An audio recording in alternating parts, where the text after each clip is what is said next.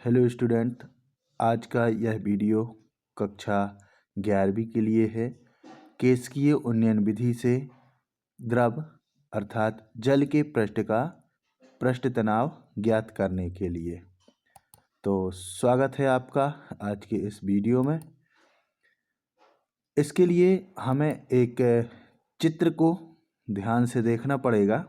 इसमें आप देखें कि एक बर्तन में हमने द्रव भरा हुआ है और इस द्रव में जब हम एक केशनली डुबाते हैं तो इस केशनली में द्रव कुछ ऊंचाई तक ऊपर की ओर चढ़ जाता है। तो यहाँ पर जो पूरा सूत्र की उत्पत्ति है वह यहाँ पर ये जो आपको वक्र सतह दिख रही है द्रव की केशनली के अंदर, इस पर आधारित है। इसमें हम लेके चलते हैं कि ये जो केशनली है इस केशनली की त्रिज्या a है और ये वक्र जो द्रव है नीचे की ओर दबा हुआ है, इसमें ये पूरा एक गोला बन रहा है यहाँ, और इस गोले की त्रिज्या हम r लेके चलते हैं। तब हम देख रहे हैं त्रिज्या और r और इस केशनली की त्रिज्या a के बीच में एक कोण बन रहा है थीटा। ये इन्हीं के रिलेशन से हमें निकालना है। तो हम यहाँ देख रहे हैं स्पर्श कोण बन रहा है। ये जितना ये कोण बनता है उतना ही ये स्पर्श कोण। जल और कांच, केशनली कांच की बनी है, तो केशनली में कांच, जो कांच की केशनली है उसमें जल भरा हुआ है, तो जल और कांच के बीच ये इस तरीके से स्पर्श कोण बन रहा है। ठीक है,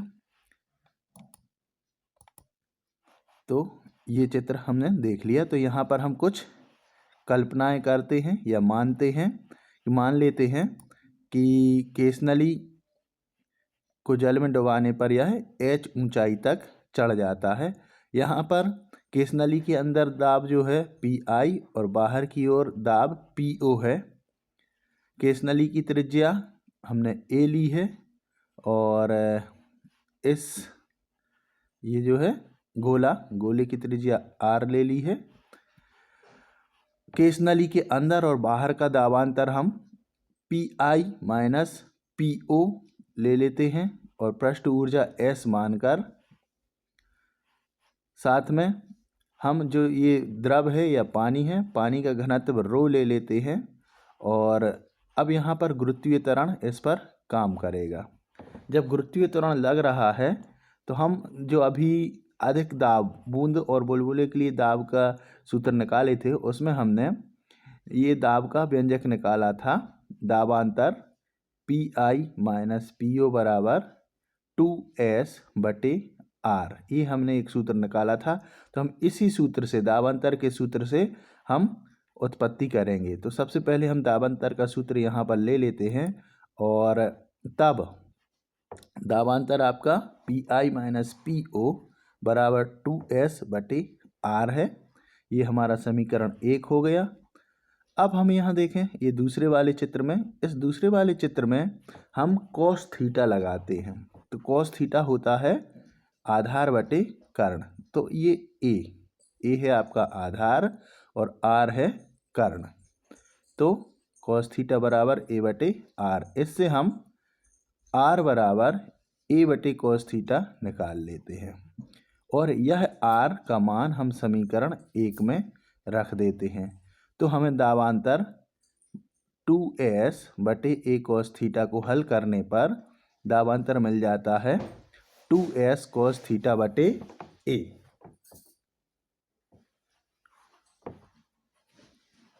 ठीक, इसको हम समीकरण 2 ले लेते हैं। अब इस केशनली में द्रव h ऊंचाई पर जब चढ़ जाता है तो यहाँ पर दाबांतर इसी स्थान पर h ऊंचाई पर स्थितिज ऊर्जा के बराबर हो जाता है। तो दाबांतर है PI माइनस PO और बराबर स्थितिज ऊर्जा ρgh। इसको हम समीकरण 3 ले लेते हैं और आगे अब हम समीकरण 2 और समीकरण 3 का उपयोग करते हैं, इनकी तुलना कर देते हैं। तो दोनों तरफ की आपने देखा लेफ्ट हैंड साइड दोनों समीकरणों के बराबर हैं, तो इनके राइट हैंड साइड भी दोनों के बराबर होंगी।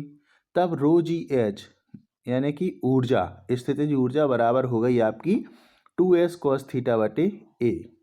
अब इस वाले समीकरण में अगर हम h का मान यानी कितनी ऊंचाई द्रव ऊपर चढ़ा है वो निकालना है, तो h को हम यहीं रहने देते हैं और रो और g को दूसरी तरफ यहाँ हर में ले आते हैं, तो हमें सूत्र मिल जाता है h बराबर 2s cos थीटा बटे ए रो जी।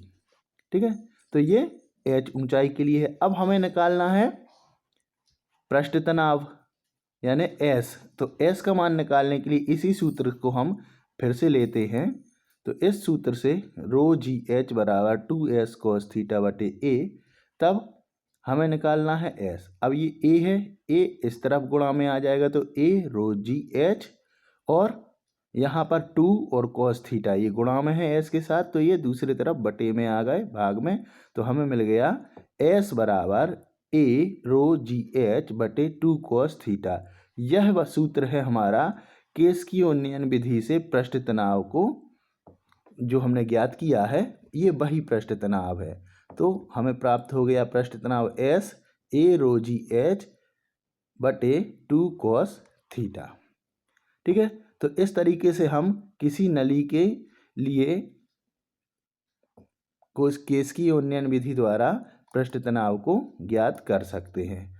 तो ये वीडियो देखने के लिए धन्यवाद, और जल्द ही मिलेंगे हम किसी दूसरे विषय के साथ नए वीडियो में।